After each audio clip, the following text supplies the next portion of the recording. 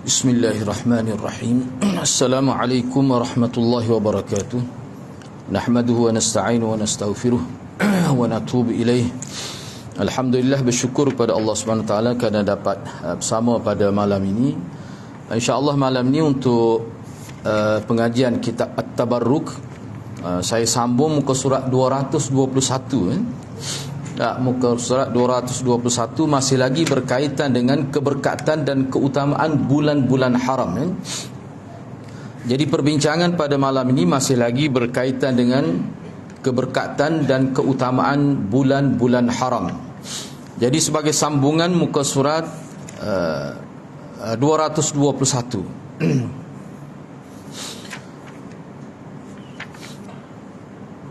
Pada hari ini tidak ada satu amal pun yang disyariatkan. Yakni pada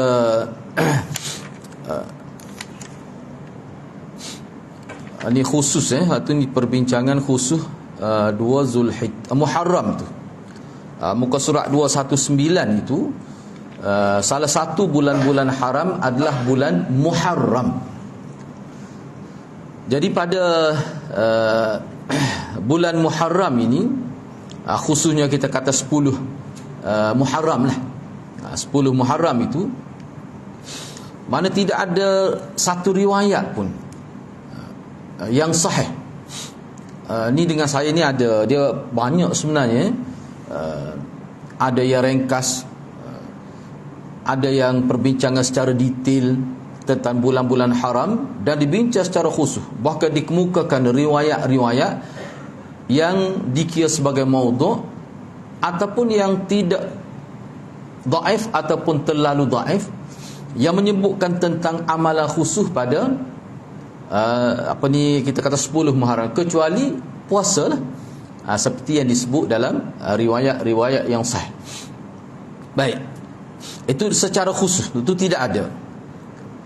Akan tetapi sebahagian umat Islam telah membuat hal-hal yang tidak ada landasannya, atau hal-hal tersebut berpedomankan kepada hadis-hadis maudhu', palsu, atau hadis yang dhaif atau terlalu dhaif. Atau boleh tambahlah, sebab dalam setengah-setengah tersebut terlalu dhaif pun ada. Jadi puasa, misalnya besoklah kita kata dah 10, jadi hari ini puasa, sebab Nabi SAW tidak mahu sama dengan Yahudi itu. Itu ada disebut, itu kita makruf lah, sama ada 9-10 ataupun 10-11. Bahkan ada setengah ulama kata kalau 3 hari pun boleh, 9-10 kemudian 11. Walaupun ada juga setengah ulama dia kata boleh juga, misalnya kita tak sempat lah 9 tak sempat 10 tu, kita ada kesempatan hanya 10 saja, Ashura saja, boleh. Boleh. Walaupun jangan dijadikan amalan tetap begitu. Ada juga yang sebut. Bahkan kalau puasa 10 Muharram itu saja pun ulama kata tetap, tak ada pun yang kata tidak sah. Memang sah. Boleh pahala juga. Baik. Cumanya dengan saya tu, dia punya pagi tadi ada sampai masuk mesej lah. Banyak rupanya yang disebut sebagai amalan khusus, tetapi sebenarnya tidak ada riwayat yang sahih. Ini sudah disebut oleh ulama. Baik, cuba kita tengok di sini. Selepas ni dia kemukakan beberapa pandangan tokoh-tokoh dalam mazhab Syafi'i berkait dengan perkara ini. Syekhul Islam Ibn Taymiyah rahimahullah menyebutkan bahawa di antara hal-hal baru yang tidak dikenal sebelumnya adalah kerinduan dan kesedihan yang diada-adakan oleh sebahagian pengikut hawa nafsu, iaitu golongan Syiah Rafidah pada hari 10 Muharram ataupun Ashura. Kalau 9 tu dia panggil Tasu'a. Serta hal-hal yang diada-adakan lainnya yang tidak pernah disyariatkan oleh Allah Subhanahu wa taala dan rasulnya, juga oleh sesiapa sahaja dari kalangan ulama salafus salih, para sahabat tu salafus salih yang paling yang mula-mula lah. Jadi sambutan yang dilakukan oleh Syiah Rafidah ini sebenarnya kalau dari kalangan Ahlul Bait Nabi, Bani Hashim pun tidak ada sebenarnya. Tidak dibuat. Ni sambut 10 Muharram dengan pukul tubuh dan sebagainya. Tu Baik, sesungguhnya musibah terbunuhnya Sayyidina Husain di Karbala itu wajib kita sambut, mana kita ikutilah, mana kita kenankan dengan kata inna lillahi wa inna ilaihi rajiun. Begitu sahaja. Patut doa. Kita doa keampunan kepada Sayyidina Husain sebab dia bukan maksum. Dia manusia seperti kita. Dia cucu Rasulullah. Dia tetap melakukan kesalahan. Itu akidah ahli sunnah tu. Kalau sesiapa kata dia maksum, itu boleh rasa akidah. Sebab apa? Sebab maksum ni khusus. Itu hak nubuwah dia panggil.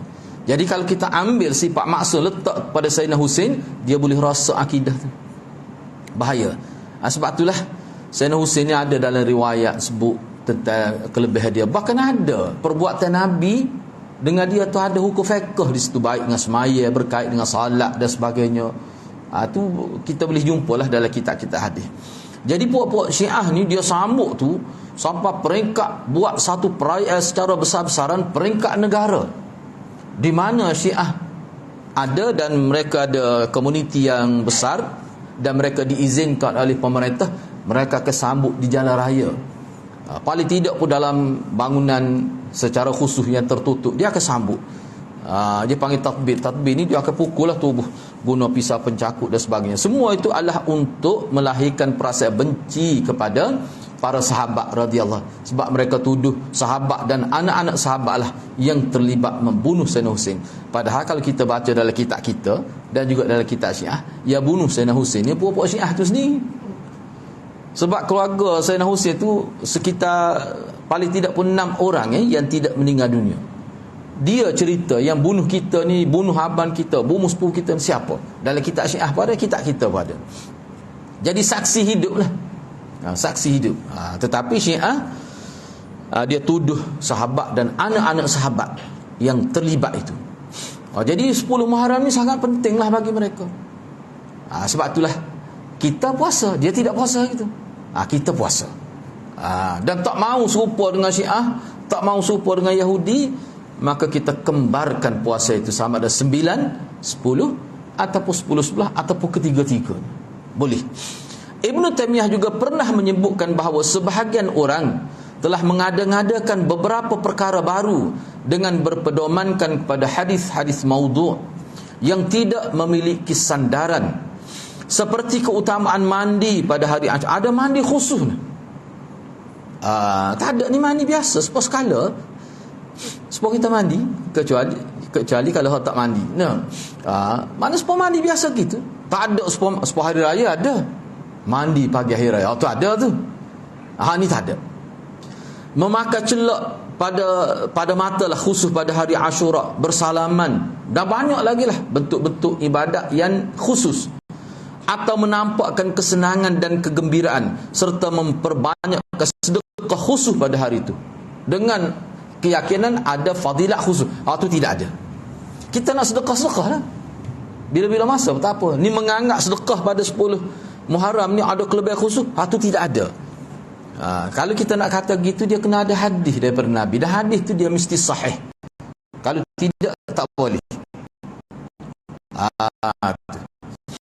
Sebab ibadat-ibadat ni hadirat, orang panggil ibadat dalam agama kita ni, tujuan Allah Subhanahu Wa Taala supaya ibadat ni dia kekal seperti mana Nabi buat.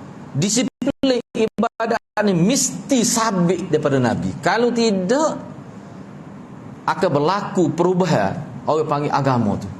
Jadi itulah dasar prinsip agama kita, nak kekalkan ajaran agama ni sama seperti Nabi ajar sahabat. Dia letak awal-awal lagi sebagai kaedah, ibadat mesti ada dalil yang sabit daripada Nabi. Kalau tidak, masing-masing orang akan buat mengikut cita rasa dia. Kumpulan ni dia buat ikut, dia rasa molek ni dia buat ni. Islam tak boleh gitu. Dia standard agama ni dia sangat jelas. Apa saja yang disebut ibadat, dia mesti bersumber daripada sekecil-kecil ibadat sampai sebesar-besar. Kecuali hal-hal yang berkait dengan duniawi, kita boleh buat asalkan tidak bercanggah dengan prinsip umum agama kita. Bolehlah. Nak reka kereta, nak beli kereta, nak buat rumah bentuk macam mana, boleh asalkan tidak bercanggah dengan syariat. Boleh. Tu kebebasan. Dan anak-anak sebut di sini, dalam bab agama ni hadirat, tidak ada agama yang paling bebas, yang memberi kebebasan kepada pengikut dia melebihi agama Islam. Tak ada. Sehingga uniform pun tak ada. Bebas sungguh. Awak nak pakai agama, pakai gilah. Asalkan tepat dengan ciri-ciri menutup aurat. Awak nak buat rumuh lagu mana pun, buatlah. Asalkan tidak bercanggah dengan ruh agama kita. Bebas sungguh. Tapi bab ibadat, bab akidah, ni bagai tetap. Ni tak boleh. Ni tak boleh ubah. Hak lain lah lagu mana pun. Nak buat rumah atau pucuknya pun nak boleh. Lepas tu kalau jatuh mati atau berdosa lah. Muka tu bahaya. Tak lah, nak ayatnya kalau boleh buat siapa perekat, tak bahaya. Dia buat tiang berserangih pula di pucuknya tak. Misal contohnya lah, orang lain ni kau boleh kira macam-macam tak. Maknanya engineer kata selamat kalau buat gini, boleh. Tak apa. Kalau bahaya tak boleh. Nak ayatnya agama kita ni bebas tak. Payah nak pakai boleh, tak usah pakai pun boleh. Nak pakai berapa lapis pun boleh. Tebal atau mana pun boleh. Asalkan jangan tak lepas atas kepala. Dah. Lain boleh berlaku. Nak yang bebas tak ada hadirat saudara ayatlah. Kalau hadirat baca lah. Sebab tu penting sebenarnya kita tahu agama ni. Ulama kita daripada dulu lagi, dia ada bidang khusus al-firaq bainal adyan itu. Perbezaan firqah-firqah, perbezaan antara agama-agama, mazhab dan sebagainya. Kita boleh nampak agama Islam kita ni memang dia beri kebebasan seluah-luahnya. Seluah-luahnya. Nikah boleh siapa pak? Cuba ayat. Agama mana boleh nikah banyak ketemu? Siapa? Cuba ayat. Setengah-setengah agama dulu orang panggil agama, bila tok laki mati dia tak boleh nikah. Dia kena mati sekali tok laki dia. Sehingga ada satu tempat khusus dia letak di tengah hutan, tempat letak isteri yang kematian suami. Nak ayatnya teruknya agama. Agama Islam tak ada lagi. Sebab itulah hadirat dengan itu ada beberapa buah buku dia bincang tentang prinsip ataupun tasawur Ahlus Sunnah wal Jamaah. Dia bukan bincang dari sudut akidah saja, dia bincang dari sudut cara berpakaian mengikut pemahaman Ahlus Sunnah. Memang dia sebut tu tidak beruniform. Orang panggil ulama besar setara mana pun dia bebas nak pakai lagu mana. Sebab tu kalau kita tengok setengah-setengah tempat hak tidak orang Arab, orang alim tulis kitab, kadang-kadang pakaian dia sepakaian bangsa dia. Tak apa. Boleh jadi tu imam, tak ada masalah. Pergi Mekah pun kerja Saudi tak sekat, tak boleh. Kena pakai gini, kena masuk masjid. Dah. Tu. Tetapi kalau agama lain, bila kata tokoh-tokoh agama, mesti kena pakai pakaian gini. Bahkan orang dalam agama tu juga tak boleh pakai pakaian tu. Dalam Islam tak ada. Itu kita kena faham. Cuma dalam bab ibadat tak boleh. Bab apa tu? Sebab hak ni dia amrun tauqifiyun. Ini termasuk perkara yang mesti bersandarkan kepada nas yang sabit daripada Nabi. Kalau tidak hadirat, agama ni jadi tak ada asal jadi. Sebab akidah-akidah ni duduk dalam. Hak tu tertuduh, hak tu asal tu duduk dalam. Kalau seorang tu ubah ke gapo ke, memang ulama kata hak tu dia dengan Tuhan sesok. Sesiapa yang ubah agama pada prinsip tasdik dalam konteks membenarkan agama dalam hati iman ni, dia ubah hak tu. Dia tak percaya depan ni molek. Hak tu bukan urusan kita. Hak tu urusan dia dengan Allah. Hak tu jelas sebut dalam kitab. Tapi kalau urusan ibadat hak zahir ni, orang ke semaya, puasa, semualah orang panggil ibadat, hak tu dia tak boleh buat kecuali kena ada dalil daripada Nabi. Ni gak puasa ni ibadat besar, bukan ibadat kecil. Dia tak boleh nak buat terkali. 10 Muharram ni ada kelebihan sebab Nabi sebut. Jadi Nabi sebut secemok mana? Kalau Kelantan panggil secemok mana, Nabi sebut secemok tu lah. Sebab tu ulama-ulama kita kata kalau dalam bab ibadat ni hadirat, apa yang ada zaman Nabi, hot secemok tu ya kena ada zaman kita. Dia tak boleh lebih. Tu. Baik. Ibnu Taimiyah juga menyebutkan bahawa sebahagian orang telah mengada-ngadakan beberapa hal baru dengan berpedomankan kepada hadis-hadis maudhu'. Ni tadi kita baca tadilah. Baik, seterusnya gitulah. Yang keempat, terus kita pergi pada bulan Rejab.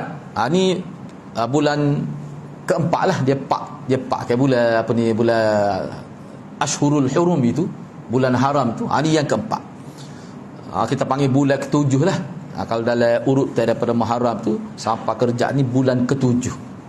Bulan ketujuh. Bulan Rejab ini adalah salah satu bulan haram. Diriwayatkan bahawa ketika memasuki bulan Rejab, Nabi berdoa. Kita baca dulu. Lepas tu kita tengok hadis ni setara mana. Ni ada disebut, ada riwayat lah sebut. Nabi ni bila masuk bulan Rejab, Nabi akan kata begini. Allahumma barik lana fi Rajab wa Sya'ban wa ballighna Ramadan. Ya Allah, berkatilah kami di bulan Rejab dan Sya'ban, serta sampaikanlah kami ke bulan Ramadan. Bila sampai bulan Rejab, Nabi akan doa gitu. Setara mana ni hadis ni? Cuba tengok. 122 mana ada kitab nota kaki bawah tu. Ni. Hadis riwayat Imam Ahmad dalam Musnad dia. Dari Anas bin Malik dan Al-Bazzar dalam kitab Musnad dia. Lihat Kashful Athar dan Zawaid Al-Bazzar, kitab As-Siyam, Fadlu Syahri Ramadan, Al-Haythami, ni tokoh. Ni tokoh fiqh ni. Dia kata dalam kitab Majmu'uz Zawaid, kata dia, ni orang panggil Hafiz Ibn Hajar Al-Haythami. Dia kata mana? Dia kata hadis ni, Allahumma barik lana fi Rajab wa Sya'ban wa ballighna Ramadan. Hadis ni diriwayatkan oleh Al-Bazzar dan Imam At-Tabarani dalam kitab Mu'jamul Awsat. Dan di dalam sanad hadis ni terdapat seorang perawi yang bernama Zaidah bin Abdul Raqqad. Dia ni seorang perawi yang ulama tidak sepakat tentang kesikah dia. Ada kata dia ni dhaif, tapi ada setengah kata thiqah. Ini termasuk perawi yang mukhtalaf fihi, perawi yang ulama berbeza pandangan dalam menentukan status dia. Ada yang kata dia ni dhaif, tidak thiqah. Ada yang kata thiqah. Hafiz Ibn Hajar, ni tokoh besar ni dalam bidang hadis. Dalam bidang hadis, Syafi'i belaka ni dalam bidang hadis. Dalam risalah dia Tabyinul Ajab fi ma warada fi fadli Rajab. Tu kitab dia. Hadis ini kata Hafiz Ibn Hajar Al-Asqalani, hadis ni tidak kuat. Ni tokoh besar ni pensyarah Bukhari. Nah, dia kata hadis ni tidak kuat. Hadis ni tidak kuat. Tu ialah hukum mana pun ada yang kata kalau kuat apa tidaklah siapa perekat sahih tu tidak. Tidak siapa perekat tu maknanya tidak kuat. Sebab tu dia kata tidak kuat. Tak apalah. Setelah menyebutkan hadis ini, Ibn Taymiyah rahimahullah berkata, tidak ada hadis lain yang sahih yang diriwayatkan daripada Nabi mengenai keutamaan bulan Rejab. Kerana umumnya hadis-hadis yang diriwayatkan daripada Nabi berkait dengan bulan ini adalah dusta. Jadi kalau hak lebih tentang bulan Rejab tu, kalau nak ada bukan ni lah, ni ya kelebihan dia. Tapi tu kalau kita terima sahih lah, ataupun kita terima tidak dhaif. Tapi kalau mengikut Hafiz Ibn Hajar tak kuat ada ni. Kalau kita nak terima ni ya, kalau ada pun khusus tentang kelebihan Rejab, tak ada. Ahli bid'ah telah memalsukan banyak hal ni, ada kitab khusus ni. Sebab tu pokok kita ni molek benar. Kalau bincang tentang hadis-hadis yang tidak sabit yang berkait dengan bulan haram ni, dia ada kitab khusus. Hampir 100 muka surat ada dengan ni dalam bahasa Arab lah. Tak tahulah ada terjemah ke tidaknya. Khusus dia bincang tentang bulan haram ni, patut dia awak mari hadis-hadis hak tak sahih untuk bulan haram ini. Sampai hampir 100 muka surat, 94 muka surat. Ni. Kalau baca tu kita boleh tahulah. Khas ini dia sebut ringkas je. Jadi ahli bid'ah telah memalsukan banyak hadis. Kita kena ingat ada tak? Bulan Muharram ni khususnya 10 ni berapa banyak sangat hadis tu sebab dia terpengaruh dengan Syiah. Memang ulama kata begitu. Pengaruh Syiah masuk. Dan Syiah lah sebenarnya yang mereka hadis. Dia lah paling banyak. Kemudian hadis tu kadang-kadang terlepas di tangan ahli sunnah. Bila terlepas tu kan ada setengah-setengah tu tidak buat semakkan yang teliti termasuk dalam kitab. Asalnya pokok dia yang buat. Apa yang dia bergomong sangat buat hadis palsu tentang 10 Muharram tu sebab itu hari besar dia. Hari besar dia. Tu banyak kelebihan kalau dalam kitab Syiah 10 Muharram ni sebab dia berkabung tu hari kematian Sayyidina Husain di Karbala tu lah. Seluruh dunia sambut tu. Hak tak boleh buat di jalan raya, dia buat dalam daerah kecil, dalam bilik pun buat. Setengah-setengah tu 2-3 orang buat. Buat dalam bilik. Nak suhada juga. Tu sunnah Syiah tu kan. Sambut tak begitu. Kita umat Islam ni, hak Nabi kita aja puasa. Puasa. Jadi ahli bid'ah telah memasukkan banyak hadis mengenai keutamaan bulan Rejab yang suci ni. Ni bulan Rejab lah, Zani Muharram saya sebut Zani Muharram. Bulan Rejab ni memang tak ada khusus. Khususnya mengenai sebahagian ibadat yang dikerja ke dalamnya secara khusus, seperti solat khusus. Solat khusus bulan Rejab. Kan ada kan? Ulama kata tak boleh terima, walaupun terdapat dalam kitab Ihya pun tak boleh terima. Tak boleh terima tu. Misalnya puasa khusus ke untuk bulan Rejab, tak boleh. Kalau Muharram tadi kita kata ada 10 tu. Baik. Di antara ulama yang mengingatkan mengenai hal ini adalah salah seorang tokoh besar dalam mazhab Syafi'i, iaitu Hafiz Ibn Hajar Al-Asqalani dalam risalahnya tadi Tabyinul Ajab bima warada fi fadli Rajab. Dalam risalah ni hanya ada ni kita ni PDF ada. Anda tak pasti ada ke tidak dalam bahasa Melayu, ada ke tidak terjemahannya, kena cek tengoklah. Tak ada tapi kalau Arab tu ada dengan apa ada. Cuba baca tu. Hafiz Ibn Hajar sulit. Apa maksud tabyinul ajab fi ma warada fi fadl Rajab? Maknanya penjelasan yang mantap lah. Mana satu penjelasan yang mengkagumkan. InsyaAllah kalau baca kitab ni kita akan dapat penjelasan yang secukupnya tentang riwayat-riwayat yang menyebutkan tentang kelebihan bulan Rejab. Tu nama kitab dia. Tu. Dalam risalah ni bukan kitab besar, sekadar risalah sahaja. Maknanya sekitar berpuluh muka surat kita, anda pun tak ingat dengan lengkap muka surat dia tu. Tapi kecil nipis Dalam risalah tu Hafiz Ibn Hajar kata tidak ada satu hadis sahih pun yang layak dijadikan hujah mengenai keutamaan bulan Rejab dari sudut puasanya, atau puasa sebulan penuh pada bulan Rejab, atau puasa pada hari tertentu dalam bulan Rejab, serta ibadat malam yang khusus pada bulan Rejab. Tak ada periwayat yang sahih, kata tokoh hadis Hafiz Ibn Hajar. Kemudian Hafiz Ibn Hajar rahimahullah menyebutkan umumnya hadis-hadis yang diriwayatkan mengenai hal itu disertai dengan keterangan hukum hadisnya.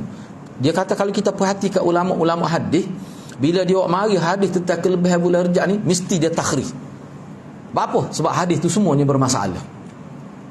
Tu hadis sebut dengan terang. Ibn Rejab sendiri berkata, Ibn Rejab ni mazhab Hanbali. Ibn Rejab, walaupun nama dia Rejab, tapi dia tak terima. Kata Ibn Rejab, tidak ada dalil yang sahih mengenai salat khusus. Tu apa kita baca dulu. Tidak ada satu hadis pun, tidak ada dalil yang sahih mengenai salat yang khusus yang dilakukan pada bulan Rejab. Beliau sebut lagi, Ibn Rejab sebut lagi, tidak ada satu hadis pun yang berasal daripada Nabi SAW maupun para sahabat beliau yang sahih mengenai keutamaan berpuasa pada bulan Rejab secara khusus. Nak puasa pergi lah. Isni khamis ke, Ayyamul Bid ke, awal bulan, tengah bulan akhir, boleh puasa. Tapi khusus kerana bulan Rejab tu, tu tak ada. Baik, cuba tengok nota 125. Nak sebut tadi nah. Sini. Cuba tengok 1, 2. Di antara yang terkenal ni hak solat yang terkenal khusus, solat sunat khusus dalam bulan Rejab hak terkenal, iaitu dia panggil salat raghaib yang dilakukan pada malam Jumaat pertama bulan Rejab. Tu. Ibnu Qayyim rahimahullah berkata mengenai hadis-hadisnya. Ni hadis yang kata ada salat, dia panggil salat raghaib, yakni pada malam Jumaat pertama bulan Rejab. Ibnu Qayyim kata semua hadis mengenai salat raghaib adalah dusta dan direka-reka atas nama Rasulullah sallallahu alaihi wasallam. Dalam kitab dia ni Al-Manarul Munif fi sahih wa dhaif, serta hasyiahnya, tu dia sebut raghaib tu lah. Raghaib tu. Ni dalam kitab Ihya ni ada sebut. Jadi ni tidak sabit, tak boleh. Raghaib. Baik, tak apalah. Cuba gitu. Baik, kerana itulah majoriti ulama salaf tidak suka mengkhususkan berpuasa pada bulan Rejab. Kita nak puasa boleh sebab bulan-bulan lain lah. Ni secara khusus. Sebab sayana ni ada bulan Rejab dia puasa penuh sebulan. Saya nak daripada sekolah lagi. Kita pun tak tahu, cuma kita tengok, rupanya tak ada. Tak apalah. Abu Bakar At-Turtusi menjelaskan. Siapa dia sebelum kita baca ni? Abu Bakar At-Turtusi ni siapa dia ni? Tak je dengar kita ni. Abu Bakar At-Turtusi. Dia ni nama dia sebenarnya Muhammad bin Al-Walid bin Khalaf bin Sulaiman Al-Fihri Al-Bakr Al-Andalusi At-Turtusi, seorang ahli fiqh dalam mazhab Maliki, seorang imam yang sangat alim, seorang yang sangat soleh, zuhud dan wara'. Ia belajar fiqh di negerinya, kemudian mengembara ke wilayah timur. Di antara karya dia seperti yang dia nyatakan di sini. Ini seorang tokoh besar dalam mazhab dalam mazhab Maliki. Apa dia kata? Dia sebut tentang masalah ni, masalah ibadat khusus dalam bulan Rejab. Gapo dia sebut? Dia kata berpuasa di bulan Rejab, berpuasa khusus, bukan Isnin Khamis apa tidak tu. Ni puasa khusus kerana bulan Rejab adalah sesuatu yang tidak disukai berdasarkan salah satu daripada 3 alasan berikut. Kenapa dia kata berdasar pada 3 alasan ni tidak disukai? Maknanya benda tu benda yang tidak ada asal lah, tidak sabit daripada Nabi. Kalau kita kata ada khusus, cuba tengok, dia akan jadi salah satu daripada 3 perkara. Yang pertama, apa yang ulama salah kita letak suka mengkhususkan puasa pada bulan Rejab ni? Kita tak ada dalil lah. Kita ada dalil, itu jelas dah. Kalau kata ada je, jadi lagu mana? Dia tak boleh lari daripada 3 perkara ni. Yang pertama, salah satunya, jika kaum muslimin mengkhususkan berpuasa pada bulan Rejab ini sebagaimana dilakukan oleh setengah masyarakat awam, maka dia akan jadi puasa tersebut hukumnya wajib seperti wajib puasa Ramadan. Sebab ramai orang puasa Rejab dia bukan puasa lebih-lebih, sepenuhnya 30 hari puasa penuh bulan Rejab. Ramai, bukan di Malaysia saja, di tempat-tempat lain pun. Sebab tu Syekh At-Turtusi dia kata, Abu Bakar At-Turtusi dia kata, kalau buat gitu jadi macam wajib sebab bulan Ramadan juga. Tak ada gitu. Aisyah kata tak ada Nabi puasa gitu. Bulan Syaban pun Nabi tak puasa penuh gitu. Baik. Selain daripada itu, yang kedua, kalau kita kata ada syariat tu, mesti akan difahami bahawa ia adalah sunnah yang selalu dikerjakan oleh Rasulullah atas nama puasa rawatib, puasa sunat rawatib. Soalan lagi tu, di mana Nabi mengkhusus? Ada ke Nabi buat? Sebab puasa ni besar ni. Tak ada. Sahabat dia pun tak ada juga. Tu. 2. Yang ketiga, atau berpuasa pada bulan ini akan mendapat pahala yang lebih besar dibandingkan dengan bulan-bulan lain, sehingga ia sama seperti puasa pada hari Ashura. Baik, kalau ada khususlah puasa dalam bulan Rejab ni, bila kata khusus, mesti dia akan jadi lebih dari segi fadilat berbanding puasa bulan lain. Nak kata lebih gitu tu, dia tak boleh ulama besar mana pun tak boleh nak ayat tu. Ulama sebesar mana pun dia tak boleh tentukan fadilat puasa, tak boleh, kecuali daripada Nabi. Seperti mana kita kata 10 Muharram ni ada kelebihan ke dia? Dihapuskan apa ni, dosa setahun. Hak lepas. Tak boleh nak buat hal tu, dia kena Nabi buat. Jadi kalau kita khususkan puasa sebulan dalam bulan Rejab, mesti dia akan lebih. Mesti dia akan jadi ada kelebihan. Kelebihan itu siapa dia ayat? Siapa dia ayat? Kalau ada orang kata ada orang ayat, dia mesti ada dalil. Kalau tak ada dalil, tidak terpakai dalam agama kita. Tak usah ada ayat lah. Baik. Kemudian Abu Bakar At-Turtusi kata lagi, seandainya puasa dalam bulan Rejab ni, ingat puasa bulan Rejab ni puasa sebulan ni. Puasa sebulan. Kok Isnin Khamis ke apa tu? Tu tak timur isu tu. Seandainya puasa Rejab itu termasuk amal ibadat yang utama, pasti Nabi akan mengerjakannya. Nabi akan sebut sebagai amalan yang sunnah, dan Nabi pasti buat. Tak ada sah pun riwayat. Berdasarkan kesepakatan ulama, puasa Rejab itu tidak wajib dan tidak juga sunnah, sehingga tidak ada satu keterangan pun yang boleh mengkhususkan bulan Rejab dengan berpuasa. Mana dari segi argument lah kita kata daripada Nabi, kenyataan daripada Nabi. secara qauli ke, ataupun Nabi pernah puasa ke penuh sebulan Rejab? Tak ada. Lepas tu tak ada puasa ke penuh? Ada lah Isnin Khamis tu, banyak mana dah 8 hari dah paling kurang tu. Lepas tu kita nak puasa tengah-tengah bulan, panggil hari-hari putih tu tak? Lepas tu nak puasa pula awal bulan, akhir bulan. Lepas tu boleh. Ulama kata boleh. Baik. Bahkan kalau kita nak puasa hari Selasa pun boleh. Boleh. Tapi tidaklah perkara itu sebagai khusus. Sebagai puasa biasa boleh. Tu ulama kata sunat, ada sunat mutlak. Ni puasa mutlak. Tak ada kait dengan Isnin Khamis boleh. Tapi puasa penuh sebulan tu. Hak tu kita ada bincang ni. Tak ada. Jangan kita buatlah bagi tak ada ni. Buat asalkan ada. Berdasarkan kesepakatan ulama, puasa Rejab tidak wajib dan tidak sunnah pun. Sebab tidak ada satu kenyataan daripada Nabi. Beliau menyebutkan lagi, Abu Bakar Al-Turtusi kata lagi, namun, kena ingat ni, ni kelonggaran. Namun jika seseorang dia rasa dia nak puasa pada bulan Rejab dengan cara yang tidak dijadikan sebagai alasan bagi orang lain untuk mengikutinya dan kita kata mengumumkannya lah, sehingga puasa itu tidak dianggap sebagai sesuatu yang wajib ataupun sunnah yang khusus, seperti mana puasa Senin Khamis atau puasa Ayyamul Bid dan puasa sunat lainnya yang dilakukan bulan Rejab, maka hari itu kita saja nak puasa. Buat nak lebih sikit, tapi tak ada pun anggap kelebihan khusus saja. Sebab anda sebut puasa mutlak lain dah. Dan dia puasa Isnin Khamis puasa dah. Dia nak puasa hari Rabu pula, biarlah. Tapi tak penuh sebulan tu. Dan perbuatan dia tidak menjadi ikutan orang. Tidak menimbulkan sangkaan bahawa puasa tu sunnah khusus. Kalau tidak ada sangkaan tu, maknanya ulama jangan terbiar buat khusus lah benda-benda lagi. Takut jadi ikutan anak-anak murid. Selagi tak jadi ikutan dia buat apa atas rasa suka-suka gitu, yang bukan kata kerana kelebihan. Tu tak apa ulama kata. Dia nak puasa kan. Tapi bagi anak lah, sebenarnya Isnin Khamis tu padat dah. Isnin Ayyamul Bait tu padat dah tu. Banyak benar dah tu. Lebih daripada 8 hari dah. Jadi 11 dah tu. Tapi kok mana pun boleh. Hak kita duk bincang ni maknanya puasa dengan anggapan ada kelebihan khusus. Hak tu tali. Ana habiskan sedikit.